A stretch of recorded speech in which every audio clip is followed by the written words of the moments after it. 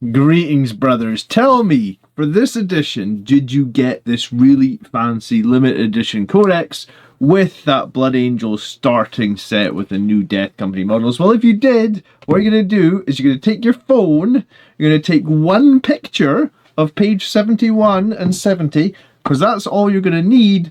Throw this fucker in the trash, and let's talk about Bloodless Angels. Yay!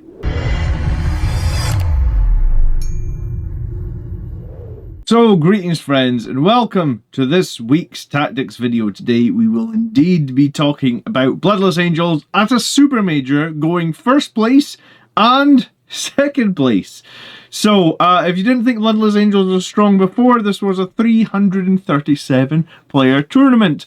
And I did cover Bloodless Angels on the channel a few weeks ago. There'll be, you can look at my previous tactics videos. I cover everything on this channel for Blood Angels, but the reason Bloodless Angels is good is you get to keep the Liberator Assault Group, +1 attack, +2 strength, and you get to get this bonus that Oath of Moment gets, which means because you don't have any Blood Angels units in your list, you're going to get +1 to wound in Oath of Moment. It's a very strong combination. So both players made it at the cut, and they played each other at the final, couldn't make it up. Blood Angels first versus Blood Angels second. And we're going to dive into both of these lists. But battle points over the event was 659 from 7 games against 649. So very few battle points in it, and I think the final was actually only a 7-point game. So if we've been using old ITC, it would have been literally like a 1-point game. So super close. So let's dive into both these lists. And you can see your battle points throughout the event. So it was indeed 7 wins and 6-1, and the Best Coast link is here if you want to check out anything else from the event. It was like 337 players. So Josh, who was second, Josh I believe is on the GW rules writing team. So if people are questioning whether Bloodless Angels is known by GW, I would say yes, they are known. So this was the double captain, single impulsor assault intercessors, triple jump intercessors, triple ballistas, incursors to give that nice +1 to hit and have a little bit of anti-charge, infiltrators to secure, the buffed reavers to remove OC, a unit of scouts to do scouty things, a unit of stern guard with the bolt rifles and the heavy bolter, 2 units of vanguard veterans with jump packs, and 2 Vindicator tanks, which is super popular, super meta. I was actually just going to start playing 2 Vindicator tanks because I think it's not too easy, but you just basically Oath of Moment and have both of them shoot something and they pretty much always get rid of it. It's very popular right now. I don't know how much longer Vindicator tanks are going to stay at 175 points for. Important to say that these were a variant of the Vanguard veterans with the Storm Shield. So they will be heirloom weapons and Storm Shield. So they got the 4-up invulnerable save. So, what makes this list so good in Bloodless Angels? Well, it's got a very high number of units. It was 17, and once again, it's got a ton of shooting to back up the melee threat. The Incursors potentially giving +1 in the shooting phase. The standard double Vindicator setup, when you oath a target, you'll wound just about everything in the game on 2s, and you get so many strength 14 shots. You've got 3 Ballistas Dreadnoughts, do pretty decent without oaths. They got good OC, they got long range, and like I said, they kind of have oaths, or they have a reroll to hit if you're shooting against stuff that's above half strength, so with clever targeting, they're not too bad. And points for point, they bring a lot of las cannons, and they bring quite a versatile missile launcher, with like frag variant, which is quite good against stuff like orcs, I've found. So I like the Ballistas Dreadnought, 3 of them, double Vindicator, that's the main bulk of the shooting. Is this the first time Reavers have ever finished top 2 at a GT or a Super Major? Probably. They are Strength 6 AP 1 now, and they reduce OC of enemy infantry, so it seems like it could be quite useful if you manage to deep strike them and go after like a home field objective or something like that.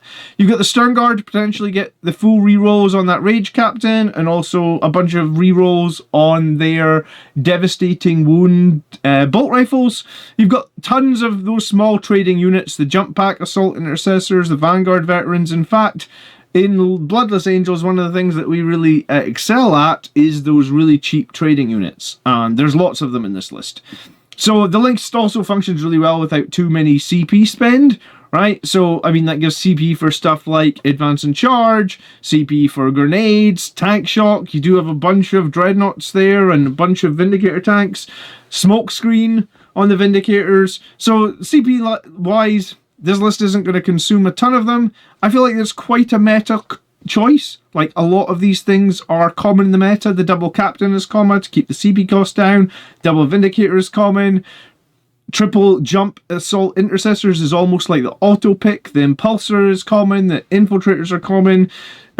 Scouts. So this is quite a meta list, but it is also quite a strong list. And I think this one probably feels quite like playing Blood Angels, right? Just because you have 5 jump units, you have a lot of little other units that can tangle, you got those captains that can do big damage, and then you've got like a bunch of fire support. I like it. I think it's a cool list. It's one that I could consider running myself. And just before we get into the other list, if you do think you're going to get some value out of today's video, please like, subscribe, or click the bell notification to be kept regularly up to date with everything that I put out on YouTube. I do try and put out a Blood Angels video or 2 every single week. So, first place, 339 players. This was Alex from Glasshammer Gaming, and you can check them out on their YouTube channel as well here on YouTube. They've got double Judiciar, and I had to actually look up the double Judiciar. So these guys are going to be attached to 2 squads of assault intercessors. So we don't often see this if they've got an impulsor each. I guess what that means is like some fight first potential on objectives, some punch if you need it. Impulsors, I think for 80 points are actually really good action monkeys, because your opponent doesn't want to waste time trying to kill impulsors, and they are on like 11 wounds with a 5-up invan, high toughness T9. So for 80 points, they're just durable and annoying. They don't have great OC, but I don't think they need it. And they'll do stuff like recover assets, sabotage. They're quite useful to have. I always found cleanse. There's a lot of things that impulsors can do. You're not losing much if they're not shooting. They only have like 2 stormbolters and like a iron tail heavy stubber. No. Yeah, I think that's what it's called. Nobody really cares about it, right? The 3-shot rapid fire, 3 strength, 4 no AP stubber. It's really underwhelming. So these are great action monkeys, honestly. You then come back to the standard 3 units of jump intercessors. This list went 3 units of incursors, so it's 3 places you could get +1 to hit in the shooting phase. Still has a squad of infiltrators, 2 tactical warsuits, and I had to look up these guys, because I actually still don't see why these guys are all that strong. More on tactical warsuits in a little minute. 3 Predator Destructors, and I do love these. And I did say in my last Bloodless Angels video that Predator Destructors, along with something like a Redemptor Dreadnought, get a ton of value from +1 to wound, because their autocannon at strength 9 usually is going to wound elite infantry on 3s. The Oath of Moment buff is typically going to make that 2s. It's also going to usually wound armor on 5s, though at the moment buff is going to make that 4s. So your Predator Destructors become a crap load better against armor, and they become super amazing against infantry. The last cannons on those Predator Destructors against infantry are actually AP 5 with +1 to wound. You'll be wounding everything on 2s. I would think maybe like Death Shroud are like the only thing you might have to wound on 3s because of their -1 to wound rule.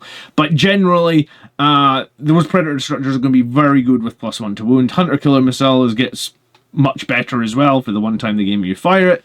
Scouts with knives and chainswords makes sense. A single missile launcher is pretty good. And then Triple Suppressor Squad. So this one has gone a little bit more crazy in that like 3 Destructors, 3 suppressors, 3 incursors. So it's like +1 to hit, making your opponent -1 to hit. The +1 to hit is probably going to counter the fact the suppressors have to move. The +1 to hit is going to help the predators as well. So you can have predators doing like tons more reliability than the other detachment. You can have suppressors doing tons more reliability because you kind of need to move them, and then they don't get the +1 from heavy, but if they can stand still, they can hit on 2s. Suppressors with +1 to wound actually are probably a little bit scary, just because it's like 9 damage, 2 shots, +1 to wound into elite infantry. I guess they're going to fail some of those. So the other list had like Reavers. This list has suppressors. It's people are trolling me, I think, because I've been telling people that these units are absolute dog shit for like 2 years, but they have got better. So suppressors at 75 points, making 3 different enemy units -1 to hit. Incursors making 3 enemy units +1 to hit. 3 Predator Destructors, then bringing up some really, really good at anti-infantry. Arguably one of the best units at anti-infantry because of the extra point of AP. And remember, the bolters and the predator destructors get +1 AP against infantry as well, for whatever it's worth. You've got these tactical war suits that do get to potentially return fire when Phobos units are shot at, so there might be some shenanigans here with like the incursors coming forward and shooting, and if they get shot at, the tactical war suits can shoot back. The tactical war suits have a strength 14 fist, which on the charge becomes strength 16, and you could combo that with Oath a Moment again to get strength 16 with +1 to wound, or you could red rampage. So it will do some damage with his fist. It is kind of cheap, 125 points. 10 points cheaper than the Ball Predator. I was kind of wondering here if this is just basically a replacement for the Ball Predator. Like, would you have been using Ball Predators, but they got 10-point nerf, so now we're using tactical war suits? Not entirely sure. But why was this list so strong, right? This list was strong because it has 20 minimum size units, including the 2 impulsors, which I think are just nightmarish because your opponent does not want to waste any time shooting or killing the impulsors. You've got the double Vindicator with Assault Intercessors, give you some punch when you're holding the objective. You've got 3 squads of Incursors, which also have a neat counter-charge trick, right? Like when you get charged, they can do mortal wounds with their mines. They can potentially do double the mortal wounds against vehicles. And their knives are actually kind of good now, right? Like on the charge, they're strength 6, sustained 1, and they can also pop their mines offensively as well. Before you had to use them just defensively now. So Incursors had completely fallen out of the meta since 9th edition, I think, but this possibly would be one of the first Blood Angels lists we've seen. In 9th edition, people ran 3 units of Incursors all the time. It was really good in Blood Angels. So it's nice to see that back. I guess literally all they needed was that 1 AP in the knives. Triple Pred Destructor and triple Suppressor. So I guess the Suppressors, if they can shoot nasty enemy units that want to target your Predators, gives your Predators more survivability. I think this is sort of madness, but I guess it works, right? Like, triple Destructor, triple Suppressor. I don't even know anyone that owns triple Suppressor. I own 2 and I thought I was a bit mental. So the +1 to wound is massive in not all cannons. The +1 to wound could be massive even with the suppressors. And then especially with the +1 to hit from Incursors means you can probably move your suppressors about, you can move the Predators about, you can hit all the time, you can wound much more reliably. You've got the Scouty units to do up and down Scouty things. You've got the Jump Intercessors to do the mortal wounds and lots of chainsword attacks. And then you've got the Infiltrators to protect like a home field objective or something like that. I suppose it's worth saying in this list, Incursors. So the Incursors no longer have forward deploy, but they do have Scout 6, so you can probably deploy all 3 of them fairly advanced. You can use them to screen your other units. If the enemy is going to charge them with weak units, you blow up your mines. So there's a lot to like about Incursors. Again, at 80 points, I think they become much better now with a +1 AP. That's really all they needed because the knives have sustained 1. And then the tactical war suits, like I had to go look at them again. It's got that strength 16 melee. On the charge and Liberator Assault group, it would be 6 hits at AP2, flat 3 damage. It's got heavy bolter, it's got a D6 +3 AP1 flamer, and a stubber. It might get some free shooting. This is the rule it's got, the Vanguard support. So if the opponent chooses to target an Adeptus Astartes Phobos unit, so I guess you are screening with those scouting impulsor, you are screening with the scouting Incursors, and if your tactical war suits are well positioned, if the enemy tries to shoot them, you can maybe flame them. I don't know if I give all this that much scope, but I guess it has got some value because it literally won a 339 player tournament. If you have been running tactical war suits and you think they are good, then I would love to hear why you are running them and what you think makes them so good. It's one of the few units that I haven't bought, but every time I proxied it, I always felt it was massively underwhelming. I suppose now it's a lot cheaper than it was at 125 points. Maybe that has made a massive difference. I suppose its melee can't really be ignored with potential strength 16 and +1 to wound. So, this, yeah, I put this, you know nothing, Jon Snow, because apparently I know nothing about competitive Blood Angels lists, because I would not have thought triple suppressors, double tactical warsuit would have won any, like I wouldn't have thought that would have won a game, let alone won a 339 player tournament. So well played to Alex from Glasshammer. Jeez, oh, well done. So I want to just, in conclusion, try and update where we stand with the Blood Angels detachments, because I have yet to play Bloodless Angels, but I have been playing Liberator Assault Group and Angelic Inheritors. Inheritors I got my first win with last week. I've played 4 games of it now. I've probably played Liberator Assault Group 30 times. I have not touched the Lost Brethren because I think it is crap. And I have not touched Angelic Host because it is a shooting detachment and we like to do melee. So, Bloodless Angels, why is it S tier, right? It just makes every unit great, right? Like, when you take Bloodless Angels with Liberator Assault Group, all those cheap models that are charging will mop up all the enemy's cheap stuff. They can punch up if they need to. It's just an overwhelming amount of chaff-killing stuff. And then you bring, like, the Vindicator tanks, or all the Predator Destructors, or all the Ballistic Dreadnoughts, and you give them +1 to wound and rerolls to hit. Or in this case, +1 to hit as well, and they make the enemy -1 to hit. And then Bloodless Angels are just very, very difficult to deal with, right? You can see some overlap between the two lists, but if anything, the first list we looked at was arguably more meta, right? Like, the Ballistic Dreadnoughts, the Captains, the Vindicators, I would say that is much more of a meta list than the one that actually won. The one that Alex won the tournament with was running double Impulsor, triple Destructor, triple Suppressor, which I think on paper is not what you would normally expect to see from Blood Angels. I've had a lot of fun with the triple Destructor and the double Impulsor. I do actually think that's cool. That's not too far away from what I ran to the recent tournament with Liberator Assault Group. I think it's very strong. And I guess Alex's list shows that if you take what you like and you practice it, you will find synergies that can surprise your opponents. Because I get a little bit bored or a little bit upset when every single competitive list looks the same, right? Like, that has happened to us, Blood Angels, a few times in the last few years, where it's like, oh, well, you need to do this, and you need to do this, and you need to have the double Vindicator tank. Like, I haven't been playing double Vindicator tank. The amount of comments I have had on my stream that's like, John, why aren't you playing double Vindicator tank? And it's like, well, because I like to make my own lists. Am I not allowed to do that? Do I have to conform to the meta every single week? Spoiler, I'm actually going to run double Vindicator tank this week. I think you guys have finally persuaded me that I should just try it. But I think Alex's list shows that you can play whatever the hell you want. Triple Suppressor, triple Predator Destructor, triple Incursor, and apparently you can beat everybody. Double Judasaur and Assault Intercessors? Who's running that? No one's running that. So props off to Alex for creating like a really unique list that beats everybody and shows that Bloodless Angels has a lot of different potential synergies. Because in my opinion, that is one of the coolest ways to go to a GT and win it with something that nobody knows what it's like. No one's seen it before. I feel like I did that with my GT last summer. If anyone watches the channel, every time I mention that I won a single GT, you have to have a shot. So go ahead and have a shot. Oh, it's gone backwards. That wasn't planned. So yeah, I did that. I think Alex deserves some credit for doing that as well. I think Bloodless Angels is probably way up here. For now, I'm going to play Angelic Inheritors.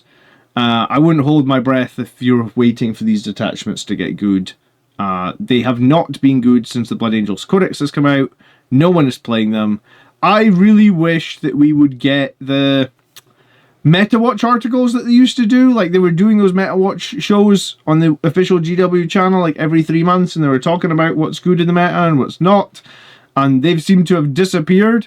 I would love to see a Meta Watch article that tells us who is playing this and what is the win rate. Because I think one thing is no one is playing it and nobody is winning.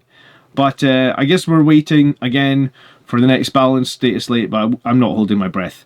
A lot of people have been saying that this Bloodless Angels is not intended. That's something that I've heard a lot. People are saying it's not intended and they're going to patch it.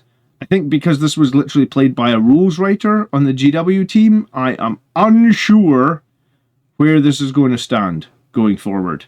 But I think my overall feeling on this should not be stronger than A, B, C, or D.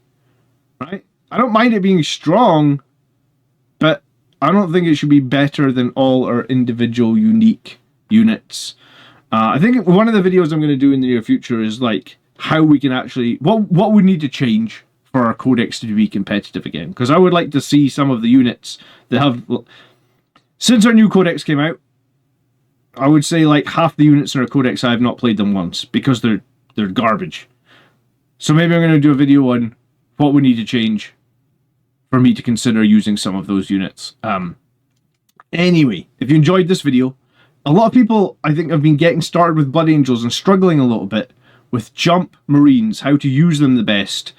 And one of the things that both these lists have, right, is 3 units of Jump Intercessors. So I made a video, I called it a Masterclass in Jump Pack Marines.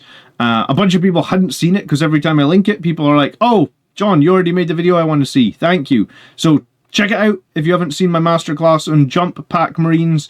If you are going to buy any Warhammer in the UK, Element Games, there's a link in the video description, or if you're going to buy any in the US War Game Portal, if you buy something from these sites and you use my link, that supports the channel. I do really appreciate everybody that does that.